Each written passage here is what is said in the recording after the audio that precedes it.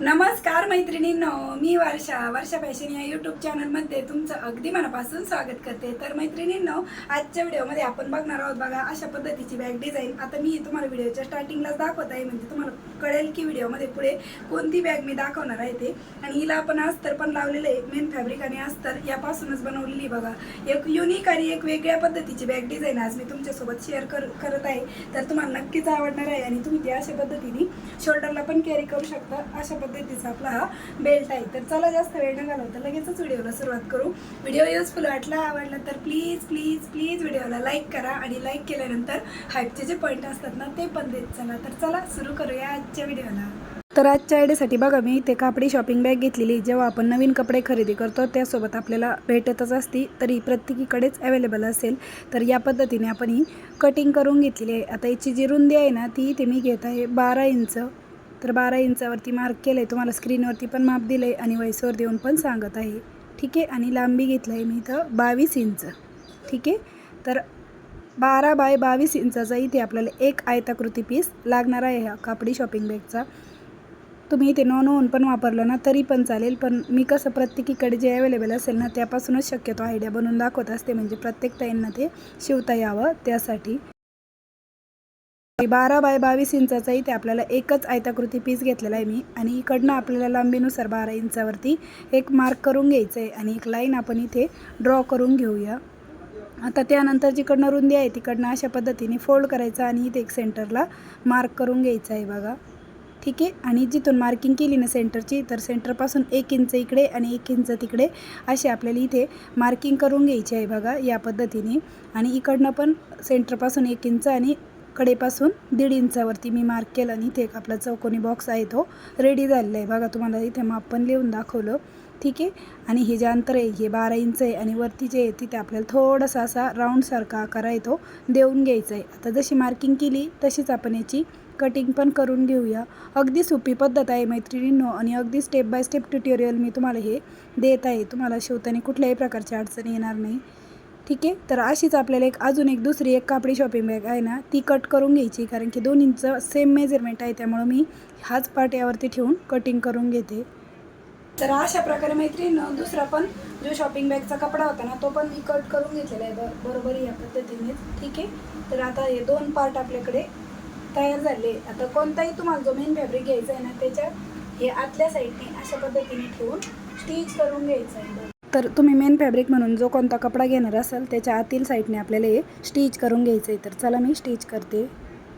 तर अशा प्रकारे आपण ही कापडी शॉपिंग बॅग आहे ती मेन फॅब्रिकला स्टिच करून घेतलेली आहे बघा दोनही पार्टवरती. आता जेवढं एक्स्ट्राचं फॅब्रिक असेल ना ते आपल्याला कट करून घ्यायचं आहे. तर तुम्ही इथे एखादी जुनी पुराणी जीन्स पॅन्ट आहे ना तिचा पण वापर करू शकता, किंवा तुमच्याकडे जो कोणता कपडा अवेलेबल असेल त्याचा वापर करू शकता. मी इथे शर्टचाच कपडा घेतलेला आहे. आता दुसऱ्या पार्टचा पण मी हे पार्ट कट करते.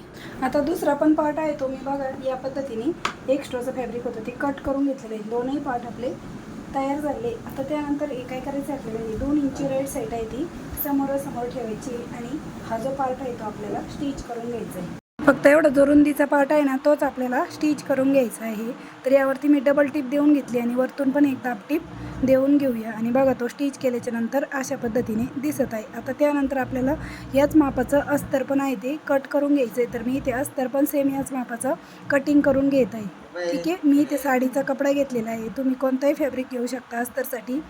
तर या पद्धतीने थोडं थोडं अंतर वाढव ठेवलेलं आहे, अगदी अर्धा इंच. आणि या पद्धतीने आपण ही कटिंग आहे ती करून घेतलेली आहे. आता त्यानंतर हे जे अस्तर आहे ते आपल्याला कापडाच्या राईट साईडने ठेवून फक्त बघा एवढीच बाजू आपल्याला स्टिच करायची बघा इथपासून तर इथपर्यंत.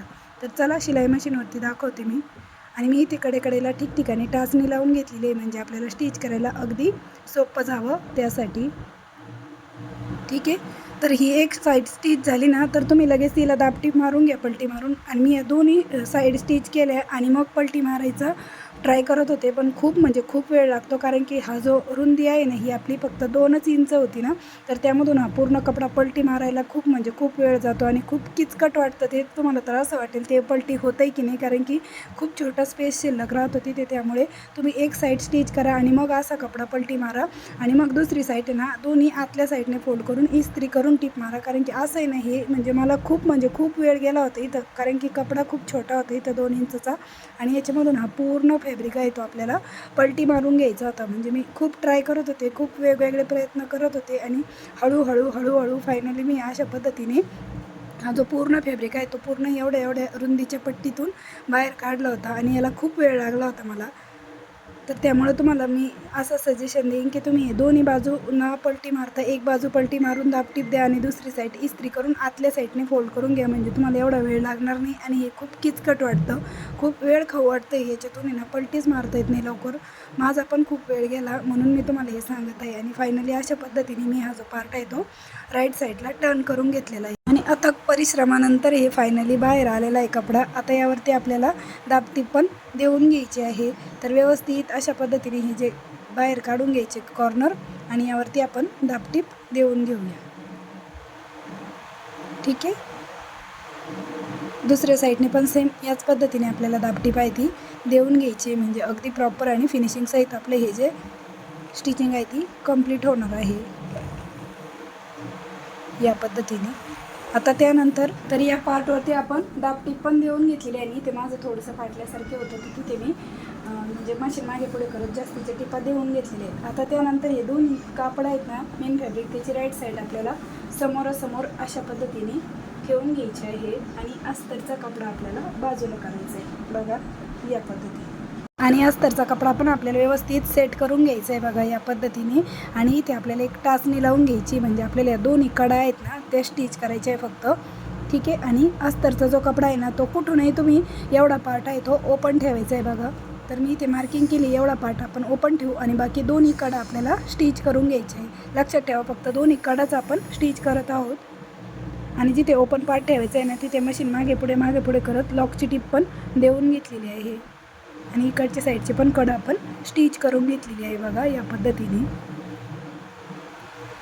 आता जी मध्ये लावलेली टाचणी होती ना ती पण आपण काढून टाकणार आहोत. आणि हा कपडा आहे तो ओपनच आहे बघा. आता हा जो बेसचा कपडा आहे ना तिथून आपल्याला परत हा कपडा टर्न करायचा आणि बॉटमची साईड आहे ना ती स्टिच करायची अस्तरच्या कापडाची पण आणि मेन फॅब्रिकची पण.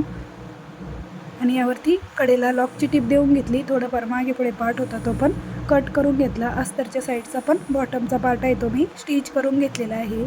आता त्यानंतर आपल्याला हा जो बेस आहे ना तो पण स्टिच करून घ्यायचा आहे. म्हणजे चारही कॉर्नर सेपरेट स्टिच करायचे आहे आत्ता सध्या तरी.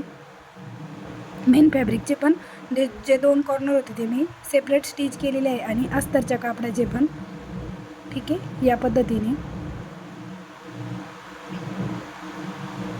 तर चारही कॉर्नर आहेत ते आपण स्टिच करून घेतलेले आहेत बघा या पद्धतीने. आता जिथून आपण हा ओपन पार्ट ठेवलेला आहे ना तिथून आपल्याला हा पूर्ण जी बॅग आहे ती राईट साईडला टर्न करून घ्यायची आणि अगदी इझिली याच्यामधून पलटी मारता येते ही पूर्ण बॅग. कारण की इथून सोपा आहे, जागा भरपूर मोठी ठेवली होती आपण त्यामुळे. आता जो ओपन पार्ट आहे ना त्यावरती आपल्याला अशा पद्धतीने टिप मारून घ्यायची आहे. ठीक आहे अशा पद्धतीने. आणि फायनली आपली ही बॅग आहे ती शिवून कंप्लीट झालेली आहे. आता त्यानंतर आपल्याला ही बॅग राईट साईडला टर्न करून घ्यायची आहे. आणि बघा किती सुंदर आणि अगदी साध्या आणि सोप्या पद्धतीने मी तुम्हाला एक युनिक आणि एक नवीन स्टाईलची म्हणा किंवा न्यू डिझाईनची बॅग तुमच्यासोबत आज शेअर केलेली आहे. आणि तुम्हाला इथे ना मध्यभागी जर एखादं वेलक्रू वगैरे लावायचं असेल ना तर ते तुम्ही अटॅच करून घेऊ शकता. आणि आतमधला स्पेस पण तुम्ही इथे. आणि तुम्हाला हे जे अस्तर आहे ना हे जास्त लूज वाटत असेल ना बघा हे असं मोकळं वाटतं आहे तर आपल्याला त्याच्यासाठी काय करता येईल अशा पद्धतीने टर्न करून घ्यायची पूर्ण बॅग. आणि हे जे बॉटम आहेत ना ते अस्तर आणि मेन फॅब्रिक आहे ना सोबतच आपल्याला बेस आहे तो स्टिच करायचा. म्हणजे दोन्ही कापडं अशा पद्धतीने पकडायचे आणि अस्तर आणि मेन फॅब्रिक दोन्ही याच्यामध्ये स्टिच करून घ्यायचे. म्हणजे जेव्हा आपण ही आतल्या साईडनं टर्न करू ना तर हे जे अस्तरचा कपडा आहे ना तो बाहेर येणार नाही आणि असं लूज पडणार नाही. त्यासाठी बघा आता ओढला तरी तो बाहेर येत नाही. तर अशा प्रकारे मैत्रिणींनो अगदी नवीन आणि एक वेगळ्या पद्धतीची बॅग डिझाईन मी आज तुमच्यासोबत शेअर केलेली आहे. आणि याच्यामध्ये ना आता मी तुम्हाला काही सामान पण ठेवून दाखवते. जास्त छोटी नाही आणि जास्त मोठी पण नाही, पण तुम्ही छोट्या मोठ्या कामासाठी नक्कीच अशा पद्धतीची बॅग आहे ती यूज करू शकता. आणि नवीन स्टाईलची आहे बघा. मी याच्यामध्ये तुम्हाला काही सामान पण ठेवून दाखवलं आहे. तुम्ही नाही ते जर तुम्हाला वेलक्रू किंवा टच बटन लावायचं असेल तर ते तुम्ही इथे आरामात लावू शकता. आणि अशा पद्धतीने शोल्डरला पण अगदी इझिली कॅरी करू शकता. बघा या पद्धतीने तुम्ही शोल्डरला पण आरामात कॅरी करू शकता. खूप सुंदर आणि एकदम नवीन डिझाईन मी आज तुमच्यासोबत शेअर केलेली आहे. तर मैत्रिणींनो कशी वाटली तुम्हाला आपली आजची ही आयडिया ते पण मला कमेंट करून नक्की सांगा. आणि तुम्ही इथे एखादी नाडी वगैरे पण आहे ना बांधायची असेल ना तर बांधू शकता, किंवा अशीच ओपन ठेवली तरी पण चालेल. जसं तुम्हाला योग्य वाटेल तसं तुम्ही त्या पद्धतीने इथे चेंजेस करू शकता, फक्त इथेच एखाद्या ठिकाणी, बाकी दुसरी काहीच गरज नाही आपल्याला. तर वेळात वेळ काढून मैत्रिणींनो तुम्ही आपला आजचा व्हिडिओ इथपर्यंत बघितला त्याबद्दल तुम्हाला सर्वांचे खूप मनापासून धन्यवाद. भेटूया पुन्हा नेक्स्ट व्हिडिओमध्ये. तोपर्यंत bye bye. Thanks for watching. Shri Swami Samarth. जय जिजाऊ, जय Shivray. Bye bye. 3 inch bottom, 10 inch उंची आणि लांबी 11 इंच अशा पद्धतीची आपली एक युनिक आणि एक वेगळ्या पद्धतीची बॅग डिझाईन तुमच्यासोबत मी आज शेअर केलेली आहे.